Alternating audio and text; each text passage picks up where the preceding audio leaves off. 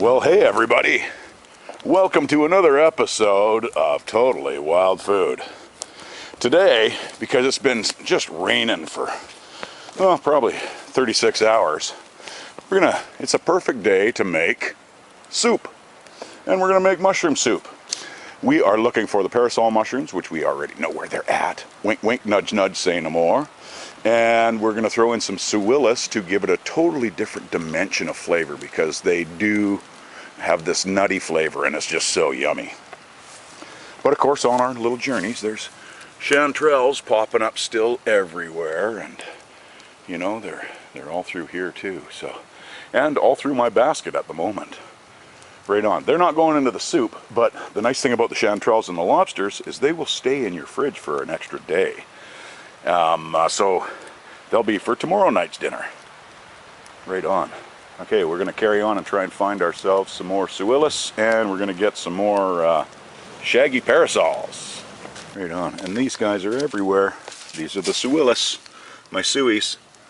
These are the cerealescens, and they're going in the soup too.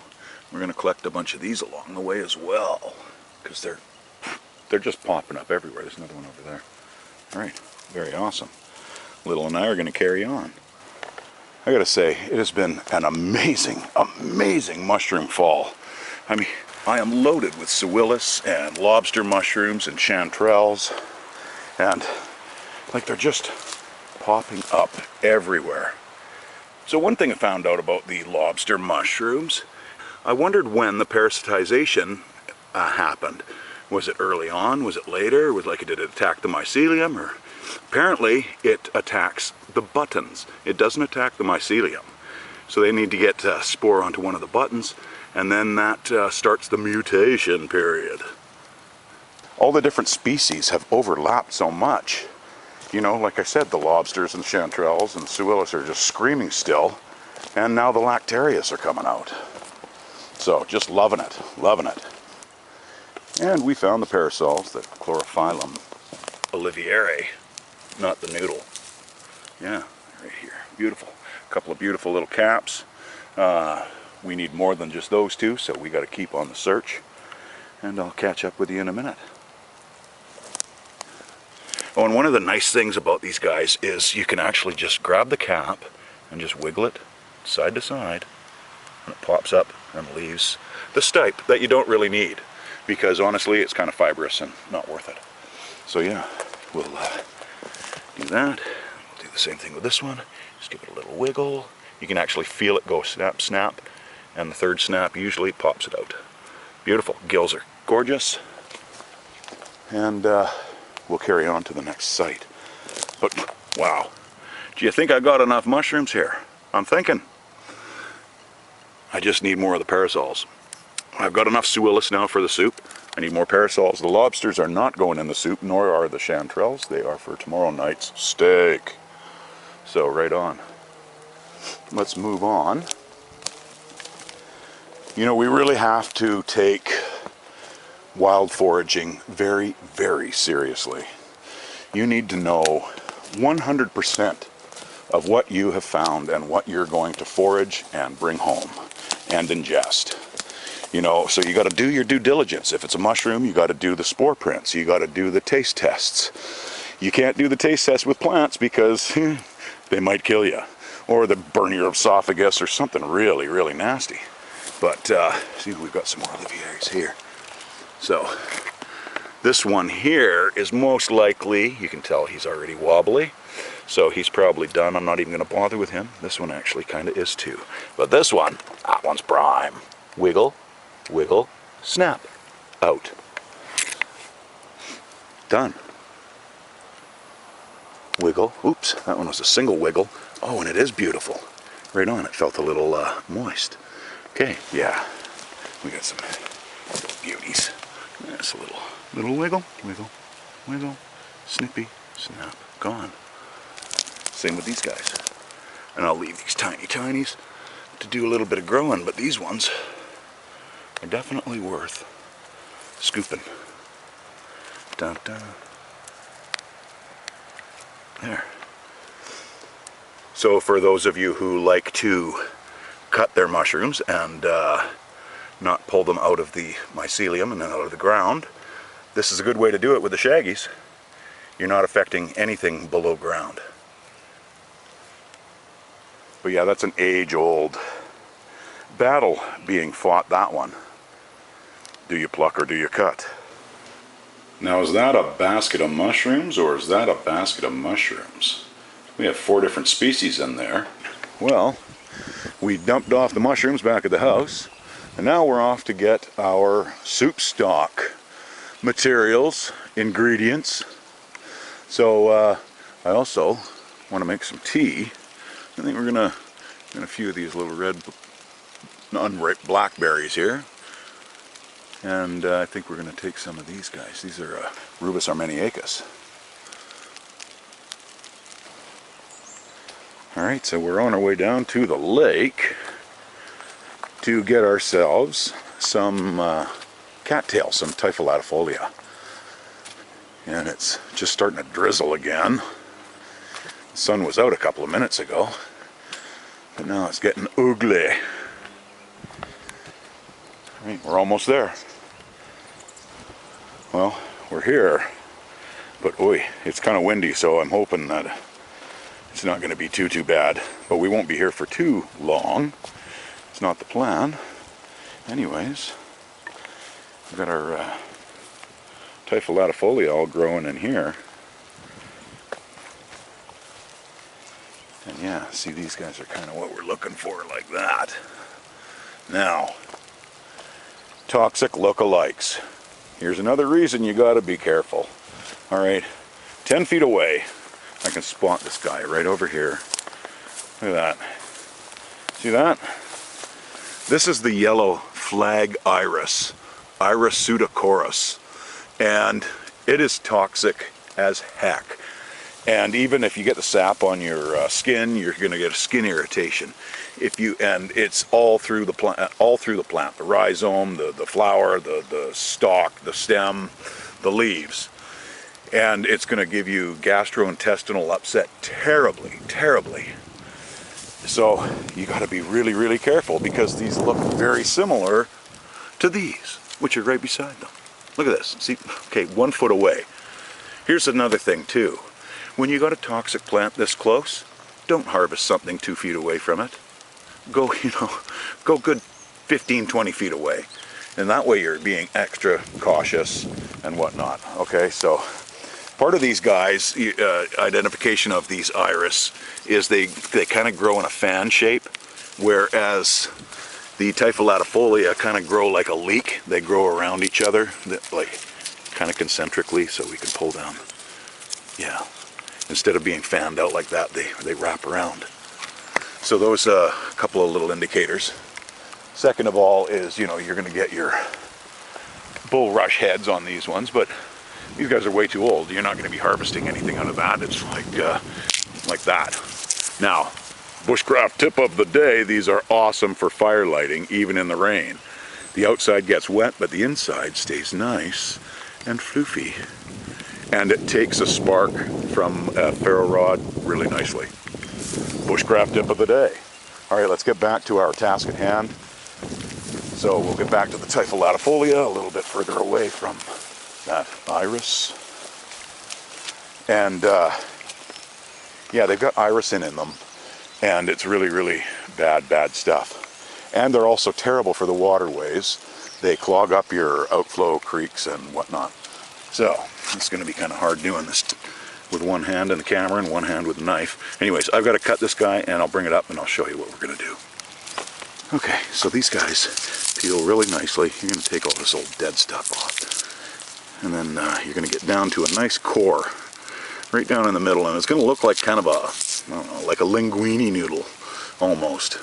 Kind of like this here, but we can go down a little bit further. These guys might be a little bit on the old side, I don't know. We'll find out. Hang on. There we go. So this should be the last thing to come off. And then you're left with this kind of linguine noodle here. Usually when they're younger, these ones are kind of old. They're very limp. These guys might be kind of fibrous, and I might not be using them. Actually, what am I talking about? These guys are going in the soup stock. So, these are usable, the white part. We don't need all the green. But yeah, so we're just going to take some of that, and we'll do a few more, and we'll get a few linguine noodles like that, and we'll throw them in our basket. Carry on. And instead of bay leaves, we're going to get ourselves some Arbutus menziesii leaves. Some nice little tender ones here. And yeah, these guys have a lot of tannins and really high in iron. Really makes really nice tea as well. We only need 3 leaves, so that's yeah, beautiful. Arbutus menziesii, this one, and ouch, whacked into a branch of the Arbutus menziesii. That felt really nice. Hey, this is right below it. It's very similar kind of leaves. This is a Daphne laureola. This is a spurge laurel, neither a spurge nor a laurel. This is really nasty and invasive plant around here, and yeah, so be very careful. The sap alone will burn your skin and probably blister it. If you ingest a couple of leaves, it's just gonna wreak havoc on your GI system, man. So, you know, stay away from these guys. If you're ever gonna try and cut them down, use gloves, use protective clothing. Just don't get it anywhere near you. And you know, if you got kids and you see one of these pop up in your yard, get rid of it, because you know, kids like putting stuff in their mouth and it can really hurt people. So, a little word of the wise. Oh, and here's the heal-all. This is Prunella vulgaris. These guys are just loaded with so many different minerals and nutrients, iron and calcium and phosphorus and just amazing stuff. Vitamin A, vitamin C, vitamin B. I don't know which of them. I just know that there are B complexes in there. And, you know, full of antioxidants and anti-inflammatories. Just wonderful things. So these are going in the stock as well. And for a good vitamin C punch, for our tea, we're going to throw in some of these Rosa nutkana. The Nutka Rose, just loaded with vitamin C. And also in the stock, we're putting in some turkey tail, Trametes versicolor. These guys have been on the tree for a little bit, and they're a little bit dried out, which is odd because it's been pouring rain for ages. Nonetheless, doesn't matter, doesn't change what they've got inside of them. So yeah, these guys huge on the anti-cancer, huge in the polyphenols, huge in the polysaccharides. So yeah, these guys are going into the soup stock. And last but not least, we have the stinging nettle, Urtica dioica. These guys are high in iron. And you know, they've got B and they've got A and they've got C as well, and they're just really good for you. Stinging nettles. Be careful, they do have stingers. They will, you can blanch it and they will melt. So you're fine as soon as you blanch them. Great on pizza, great on lots of things. But these guys are going into our soup stock. And another thing about these guys, like if you're going to make tea, they steep really quickly. And if you leave it too long, it gets kind of strong. So make sure that when you're steeping your stinging nettle tea, don't let it go too long. So these guys will only go into the soup base for a short period, and then they'll come out and the rest of the stuff will go in. Right on. Now we got 5 cups of water. We're just going to add a little bit of Himalayan salt here. Apologize for my pots, they are old. Nonetheless, they still work, so why replace them? Alright, so we're going to start, as soon as this gets warmed up, we're going to start with the Urtica dioica. We're going to throw that in for just a little bit so we can get its goodliness out of it. And then we'll start getting the other stuff prepped. Alright, so can you see the spines on these things? They're nasty. I'm using a pair of scissors to hold them up, so. But yeah, those are trichomes, and those are where they have that formic acid. Same stuff that the fire ants have in them. Good times. Alright, so we're just going to give these guys about 5 minutes, and then we're going to pull them out. It's just starting to bubble and boil now. We just keep it on a medium heat. Once you get all your ingredients, once we get all our ingredients into the pot, we will let it sit and simmer on low for a good hour. So that's besides your prep time. And for me, I'm slower than molasses on a winter day when it comes to prep time. So, for me, you're going to add on an extra half hour, but for most people, probably 5 minutes. All right, so it's been about 6 minutes actually. And you can see the color, how much nutrients and everything has come out of there. Quite green, anyways. So I believe we have everything we need out of these ones. So I'm just going to pull those out, and we're going to add the rest of our ingredients and put it on a back burner to simmer. So first off, we're going to chop up our leek top, and now we're going to add in our leeks, leek top, because we're going to save the white part and saute it up with the bacon. Now we're going to add our turkey tail, and the finer you can chop it up, the better. You want to break up the cell walls as much as you can. That's how you're going to get most of your nutrients out of them. And that works for all mushrooms. If you're going to if you're doing it for medicinal purposes, you're going to want to break up that cell wall as much as you can, so you can put it in a blender and puree it. Is probably the best, I would have to say. And in place of our bay leaves, we're putting in the arbutus leaves, Arbutus menziesii. And I like onion in my stock. Looking good. And these are our cattail shoots, our Typholatifolia. And we like a little pepper. Already put the salt in at the beginning. Going to let these guys do their thing. I'm going to put the lid on it and put it on a back burner and let it simmer for a good hour. Also, I like to add a little bit of onion powder in there, and I use real garlic. I don't use the powdered garlic because it gives me heartburn. Took me a while to figure that one out, but that's what was giving me heartburn.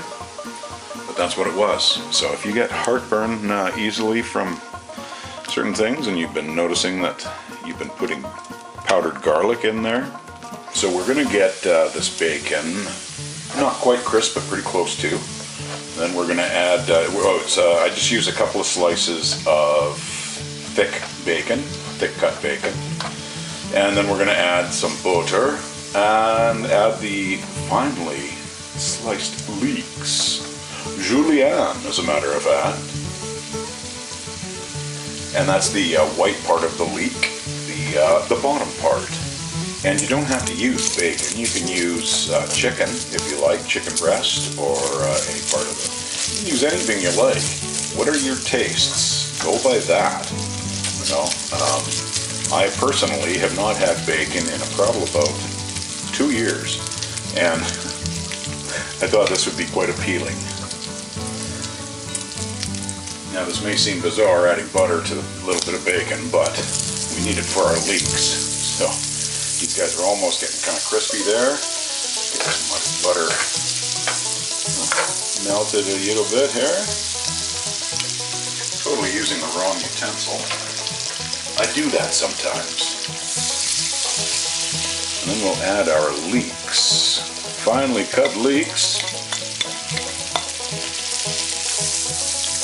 And we're going to saute these guys until they get kind of limp. And then we're going to add our potatoes and our mushrooms. So we've chopped up our potatoes into half-inch cubes, kind of. As cubey as you can get for a round potato.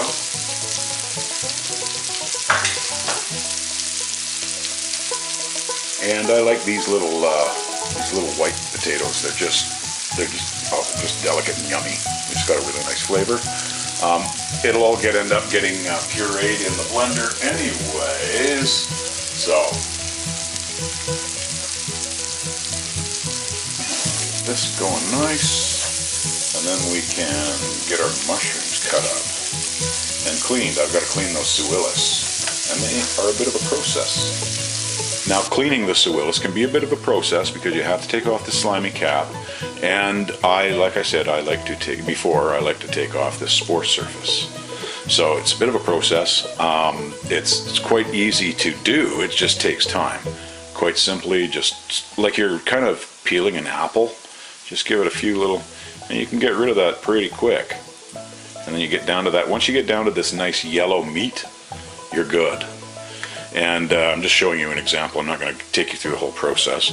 And when it comes to cleaning the spore surface off, it's quite simple too. I like to actually take the edge off.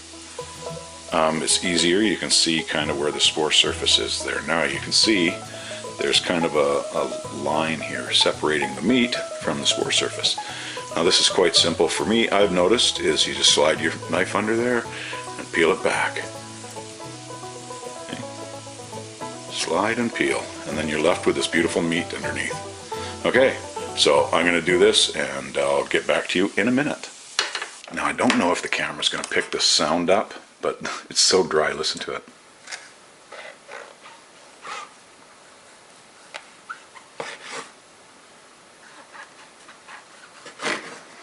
Isn't that wild?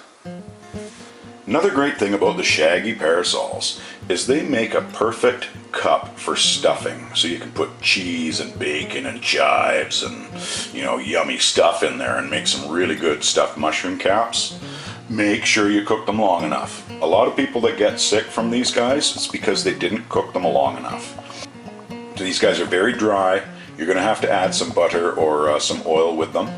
Now, on the other hand, they're also going in with Suillus, which are quite watery, so I've got to play that one by ear. So we'll see how they start frying up and whatnot. But yeah, these guys are just absolutely fabulous. Very, very strong mushroom flavor, like the portobellos that you buy in the store, but maybe a little bit more flavorful. And then when we add the Suillus to these guys, which kind of have a nutty, kind of an oaky kind of flavor, at least that's my description of them, it'll give it a totally different dimension to the flavor. I'm hoping anyways, because on their own, they're fabulous. Alright, time to drain the stock. Look at this. Look at the color of that. Oh, wow. This is our homemade wild, mostly wild, vegetable stock. Oh, it smells just wonderful. Look at the color. Yeah, store-bought can't beat this, my friends. Store-bought cannot beat this. Okay, now these guys are nice and limp, and we're going to add 4 cups of potatoes. We're going to let these guys cook for a little bit, and we're going to add our mushrooms, and then we'll let that simmer for a while.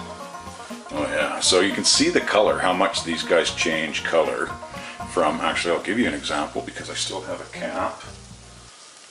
That's, so you can see how beautiful, white, and these guys turn to this pinky orange. Pretty amazing. One of the many traits to go by with your mushrooms. Yeah, you always want to be careful with wild foraging. You've got to go through every aspect of them. Make sure that, you know, you've got the exact species, and, you know, because there's so many that just look so similar, and they're not what you think they are. You know, so just please be careful. I've got one little button that I cleaned up and I never chopped them. Right, so we'll just let these guys cook for a minute, and then we're going to add some of the beautiful stock. I'll see you then. So now we're going to add 3.5 cups of our stock. Alright, so we're going to bring this to a boil for just a minute, and then we're going to turn the heat down and cover it and let her simmer. Okay, so while the potatoes are getting ready, we're going to get our tea kind of prepped here. So we've got our rose hips, which are full of vitamin C. We've got our blackberries, which are full of antioxidants, vitamin A, vitamin D. They've got, just berries alone are good for you. The ones that are edible. So I like to break these open. You just need to give them a little squish. That you don't have to pound them like it was a garlic. Just push them just a little bit.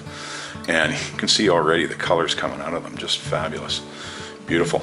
I find rose hips kind of have at least the Nootka rose anyways, they seem to have this kind of a tomatoey undertone flavor. It's nice, don't get me wrong, but that's why I like to add in another layer of flavor. So I add in the blackberries, and these guys we're just going to give just a little crush as well. It won't take much. We just want to break some cell walls, see that? And that's going to get some flavor into our tea. Yes. Kind of like around the underripe ones kind of remind me of pomegranates for some reason. Now, one thing you want to make sure of with the rose hips, make sure you don't ingest the seeds. So use your little sieve, because they have little hairs and little spiky things on them, and they can give you itchy bum. Not fun. I can't imagine it would be fun anyways. I've never done it myself. All right, these are ready to go, and we're just going to get our water boiled. Okay, so we brought it to a boil, and we're going to let it go for a good minute. Then we're going to turn it down to low, cover it up, and once the potatoes are nice and soft, then we're ready to go. All right, so now these potatoes are good and soft. Everything's ready to go, thrown in the blender.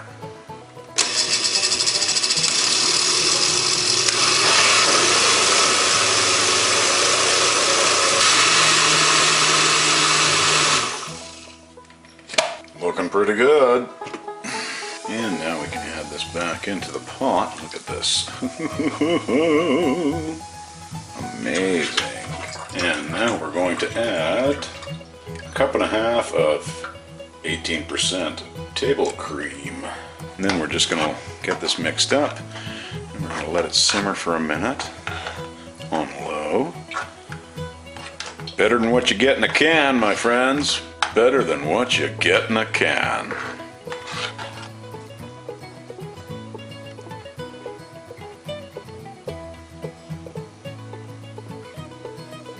And there we have it, my friends.